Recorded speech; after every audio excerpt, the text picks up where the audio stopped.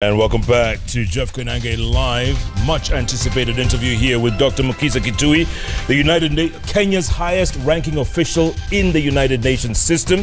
He's also former Minister of Trade in the Kibaki administration. Dr. Ari, good to see you as always.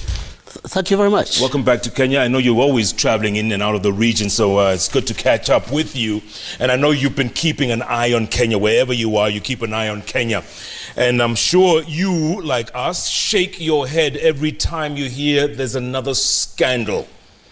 This country is just littered with one scandal after another, Dr. Ari. What are people out there saying? You have a great vantage point where you sit in Geneva. Right. Thank you very much for this opportunity. But first of all, I know that you are drowning in limitless exposures of new scandals in this country. But first thing that the world thinks about Kenya is that Kenya works. I mean, there are so many positives about Kenya that in spite of yourselves, you get some fairly positive image across the world. The home of M-Pesa, the home of the great athletes, the home of very, very enterprising people both at home and abroad, the gift of geographic location, climate and everything. Kenya is exciting. And so the challenge becomes, but why do these guys go out of their way to do stupid things when they are so blessed? But a fundamental thing is this: the people of Kenya should not get an overload of corruption scandals. You can get to a point where you become, immune to shock. That it is so normal, it's so common, we're unraveling, everything new coming every day, that you start switching off. You don't show any shock and abhorrence. That is the moment that you lose it. The ability to be outraged, the desire to punish, the desire to find where is it that it started raining upon us should be sustained and nurtured by all of you. And yet, Dr. Ari, no one has been punished for all this stealing. It's beyond corruption now. This outright stealing that's going on. Nobody's being punished. Well, I mean, I don't know. I don't live here. But my sense is some people have been punished, but it's a tap on the wrist. I hope that you make the cost of corruption so high that nobody else will be tempted to get into it. That proper punishment start coming through. It will be very, very good for this country if the world starts seeing real big thieves paying for it, losing what they got through theft, losing the convenience going to jail. That's how other countries have dealt with corruption. Even European countries, American places have corrupt people. But the punishment when you're caught is so high that the temptation to go in, you think twice before you go there. But as a country, there's another thing that you have to see. Why has it become so mainstream? You mean corruption? Corruption in Kenya. At one level, you have to understand that you are a country which has heroized wealth regardless of how you got it.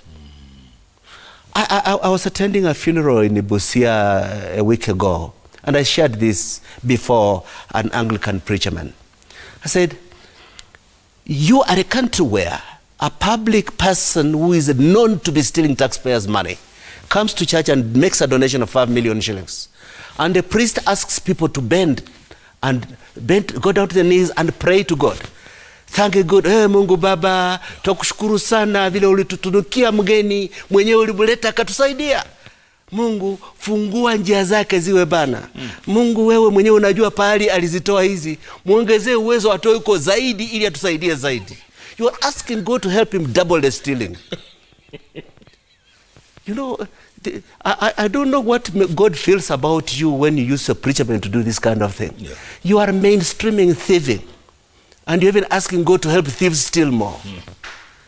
You must have a certain set of norms as a country which are other than glorifying wealth. There are children, there are young men and women who are having major depression because you have set a high premium on monetary gain. When they do things the right way and they're not becoming millionaires, they feel that there's a failure about them. But there is no society which moved that way. I have had the privilege to go to many countries. I've never seen a model of a country which became developed because everybody tried to steal from everybody else.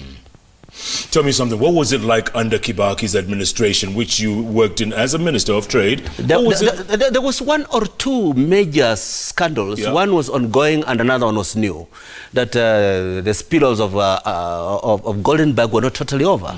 But also that Anglo-leasing, some Anglo-leasing people took advantage of the time the president was in a bad health place, that he was not available to be in daily charge of things, and they rushed in a period of 3 months. They did 3/4 of the stealing that was done throughout the period that I was in government. But having said that, there were systems in government. You could not have a case where 20 billion shillings could be paid to a contractor without any job being done. And what is happening to the prefecting of public resources? Where is that role from Treasury? Where is that role from other arms of government? Where is the responsibility of accounting officers in ministries? When you get a person who just walks around with public money in sacks, and you say, hey, has there been a collapse of state? Somebody just broke into a bank and stole money? Or some accounting officers issued orders, authorized payments? And don't get tired asking these things. Because others who have been that low got out of it by asking these things. But there's something else they did. Look at Korea, South Korea. The president took his son to jail. And since that time, virtually every other president in Korea has ended up in jail, including the immediate past president. She is in jail. Correct, correct. There should be no untouchables. And you as a country must ride out the notion that there are some people who have an ethnic entitlement to bad manners, that will just start beating the drums of war and say our tribe is being targeted, and then the rest of you back off. The tribe of Kenya is bleeding. Young men and women without employment, 5 years, 10 years, tammacking since university, because the business sector is shrinking, because manufacturing is in decline, because we're paying a high price to corruption. This is not a model of how to revive and grow the most promising country economically in the region. Yeah, and Dr. You're good friends with the president. You meet him every time you can, and you hold great sessions with him. And he's not running again in 22. He has no reason to campaign. He's got this agenda of his that he wants to create, and a legacy as well. And yet, everyone's waiting for that moment. When is he going to crack that whip? I don't think that I can tell that. And also, any confidential conversation I have with the president, I cannot take it to a media meeting. But it's suffice to say the following. I have held the position that President Uhuru Kenyatta does not need any other legacy than to drive corruption out of the mainstream of Kenyan public life. Even if he does not succeed on most of the 4 pillars, which I hope he lays a foundation that the next government will carry on, his greatest legacy will be to leave State House when nobody will be having people applauding and dancing for him on the basis of money stolen from the Kenyan taxpayers, when it is too expensive to steal from the public. I have been arguing for position. I work for the United Nations who are opposed to the death penalty. But certain levels of crimes against society should tempt one for the ultimate penalty. But I think a life sentence will do. Yeah. And some big fishes. In countries, big fishes, former presidents are rotting away in jail because of corruption. Why should we pussyfoot when we're dealing with thieves in our own country? We need that money more than those countries that are showing outrage at corruption. The Prime Minister of Israel, the longest serving Prime Minister in the history of Israel, is right now on the brink of a serious trial about corruption. Nobody has said that Israel is against the family of Netanyahu. Kenya should institutionalize, depersonalize, consistently emphasize that the best in us is a steady fight against corruption, expunge this criminality from public leadership. Dr. You know what boggles my mind is that 1 billion shillings seems like nothing to these people anymore. 21 billion shillings disappeared in the building of a dam that was never built. And we were told that only 7 billion disappeared. Only 7 billion. That's shocking. Well, that is your political culture as a country. You know, some people may not have noticed that if you compute the entire allocation of money for building dams, you know it's more than the money for SGR. Sure. And you've been saying SGR is not bringing enough money to service the debt. Yeah. But none of these dams is bringing any money. At all. But this economy cannot afford that while creating jobs for the millions of young men and women coming out of education institutions. We celebrate the success in education, but they need to deliver bread to their families at the end of the day. Families sold land to send their children to school, hoping that the economy will grow and give them a livelihood, to affirm that education is good for them. But if the resources that should go to this is drained into the pockets of individuals, those are serious crimes against the society. Is it going to reach a breaking point if nothing is done, Dr. Ari? I hope you don't get to that point. The experiment is too dire to imagine. But there's something you should understand. From the Weimar Republic of Germany in the 1930s, a major historical lesson was learned that democracy is at its most vulnerable when parents believe that the next generation will have poorer lives than themselves. If children are poorer than their parents, and the parents are poorer than their parents, that is very, very difficult condition to nurture democracy. The collapse of 3/4 of democratic governments in Europe during the Great Depression precipitated the Great War. Democracy in Kenya is necessary, but it cannot be nurtured unless we do all that it takes to start turning around the economy. You cannot turn it around without taming the monster of corruption.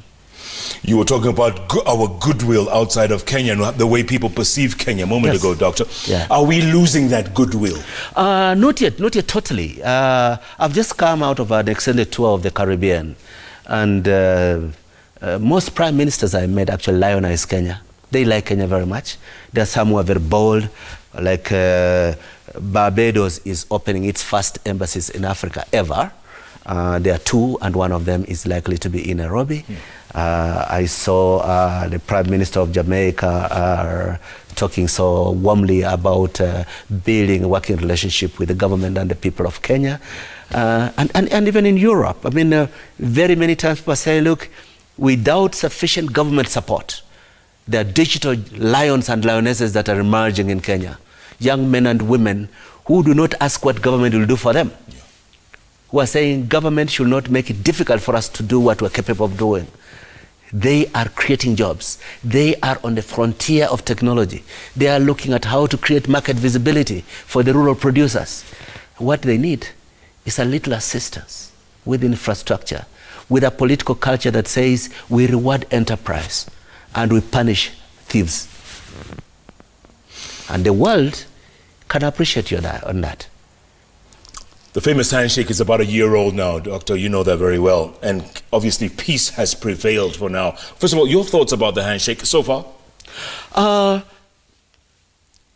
I have expressed my views to both President Kenyatta and Right Honorable Raila Odinga that I think it was a very honorable thing for them to ease tensions in Kenya, and that anything that can be done to cure the toxic ethnic distrust and standoff that characterized the period, particularly after the first round of the presidential election, must be done. Kenya cannot afford to create conditions that scare away foreign investors. You need them now more than ever before. And neighbors like Ethiopia are pulling in some of the investors that should be looking at Kenya as well. But having said that, there is something that I have not been quite comfortable with. I see there are certain things that need to be changed in the Constitution of Kenya. And for many of them to change, you will need a referendum. I will not do a campaign telling people we want a referendum. I'll do a campaign saying we want to cure certain problems in the constitution.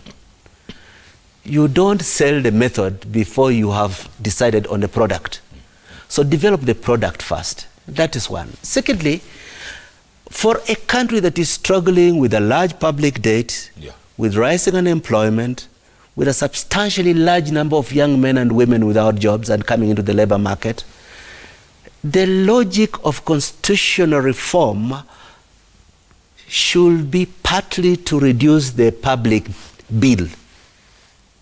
The cost of Kenyan democracy is too high. But the narrative I hear is we want to change the constitution so that we have more representation, as many areas as possible represented in government. That logic does not bear out the economic conditions in which we are. It is good to have a system that gives inclusion, but to overemphasize creating offices so that as many people as possible see themselves represented at a high level in government should not be the raison d'etre of changing the constitution. It should be, can we be governed more efficiently, effectively? Can we plug the routes that have been used by the billionaire governors to rein in the abuse of devolution? A good thing being done, a bad turn? Can we reduce the number of representatives? Where I sit, it embarrasses me how many MCAs and MPs come to Geneva officially on some UN business, but they don't go to any of the meetings, and they draw a per diem of $1,000 per day. Per day? My colleagues from the UN from other stations coming to Geneva get $400 per day at my level. And Kenyan MPs get $1,000 every day. And they don't attend the conferences? They don't. They commandeer a minibus from the Kenyan embassy to go to be tourists and to go and stay in cheap hotels on the French side of the border, sometimes 30 kilometers away from town. So that they could have more money for shopping? Yeah. You are not going to rein in the public bill unless some of these excesses are reined in. And there has to be a conversation. Giving the parliament the power to preside over budgetary affairs was a cure of the abuses and excesses of the Moi years, when budgeting was an instrument to control, to reward friends and punish enemies. But that cure was not to give atavistic power to parliament to allocate a disproportionate part of public resources for the travel of MPs. And it's not just MPs. I've seen a case where a governor from Kenya flies to Shanghai, and he flies first class, and is flying with an aide who also flies first class. What? And that's taxpayers' money. Correct. So the conversation should not just be about more inclusion. More inclusion is not more positions. The structure of how we use what is available is part of the challenge. It's not just perpetual creation of more jobs for the boys and distributing them to tribal kings so that everybody has something in their territory. That logic does not belong to the Kenya of the 21st century. But there are some people who say that handshake, or they feel sidelined from the handshake. I mean, those are internal to politics. I have personal opinions, but I have no right to wade into that space at this time. I'm soon coming to the end of my tenure at the UN. When I do, I will express very publicly, very clearly, my sense on some of those contentious specific issues. But at this stage, I'll just say, we in the UN are looking for success stories from the developing world. We in the UN want to support models of governments that rose to the challenge, seized the opportunities, unlocked the potential of their entrepreneurs and their thinkers. And we don't see any reason why Kenya should not be in the forefront of this. And very many think that you're already almost in that forefront. Don't hold it back because of petty appetites. Don't hold it back because of trying to score points. The desire to say this one is right and this is wrong may be okay in the petty competition. But for some of us, it is not good enough. Do you wish you were on this side looking in rather than on the outside looking in? I am very happy that I'm where I am. I think it has been a privilege to serve in that position. I think as the first Kenyan Under Secretary General of the United Nations, I've not just placed the name of the nation on the global map, but I've acquitted myself pretty well so far. And I have absolutely no regrets for taking that position. And I'm definitely not wanting to be in government now. As to what happens when I leave the UN, that's a different matter. What if you were offered something, you know, for argument's sake? I know where you are headed to. I will say the following. Number one of the most important responsibilities of the head of the organization that I lead is to host a major conference every 4 years. The last one I hosted in Nairobi in 2016, UNCTAD 14.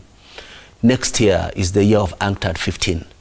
I have a solemn responsibility to steer the organization through that conference.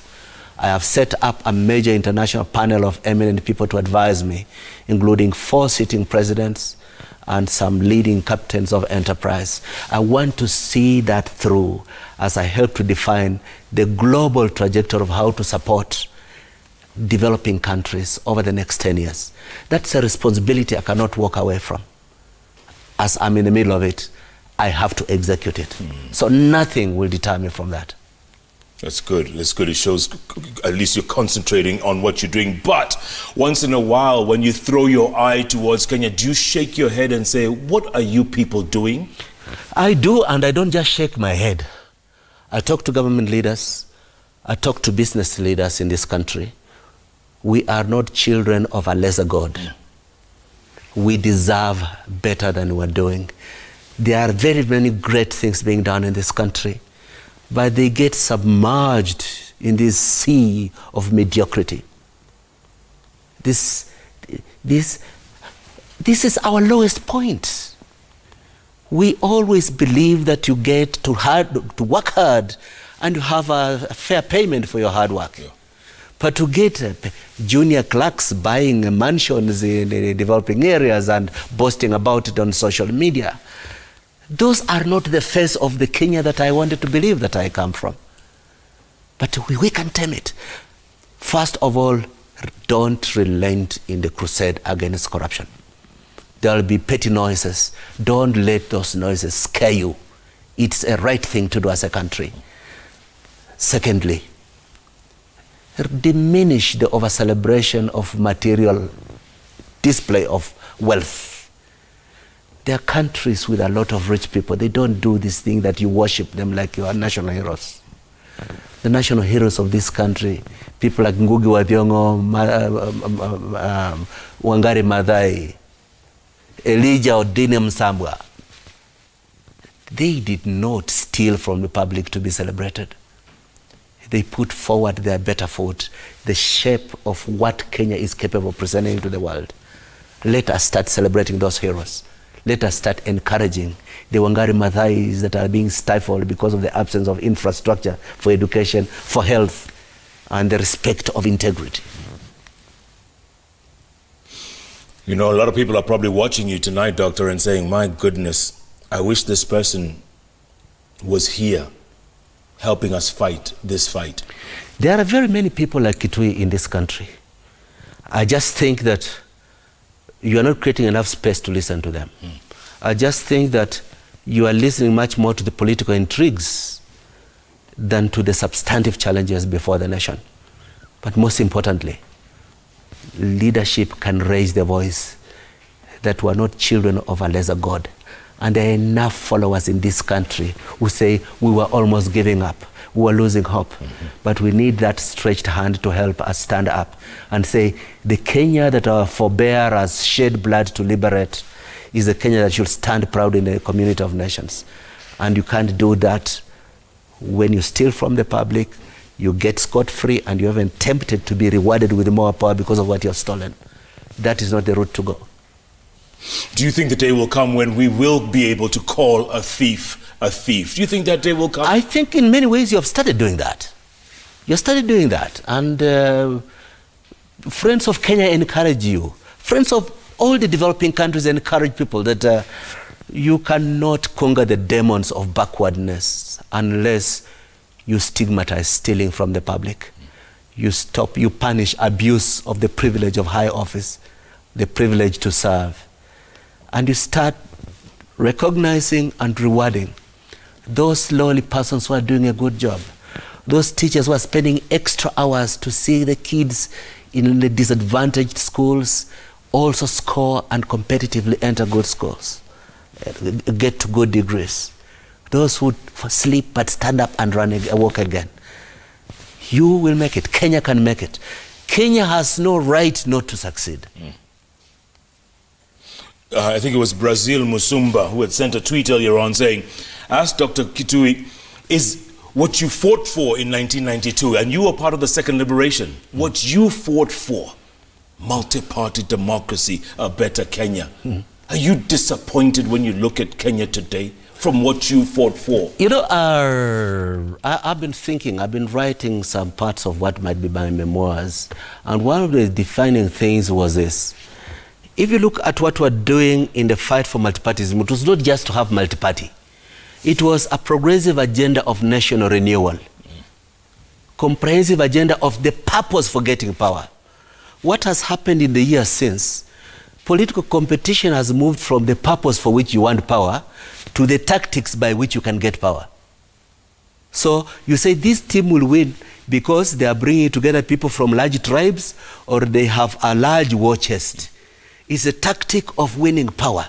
It's not the purpose of controlling high office. And until and unless this country starts again to say, let us find the rationale for allocating power to be what you want to do with it, not what resources you have to buy that power. If that conversation comes back, there's a lot of millennials, there's a lot of young men and women who are going to use their resources to work and say, it's our window of renewing our country. My generation tried a bit, but through succession, some even morphed into now power games of looking at just the arithmetics of getting power and not the purpose of seeking high office for a liberative role to the society.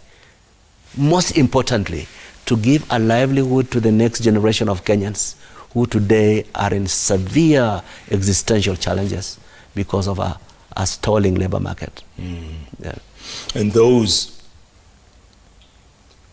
crimes of the past that were committed during your time, yes, should the perpetrators be punished? I believe that the best way to end crime is to make it not pay.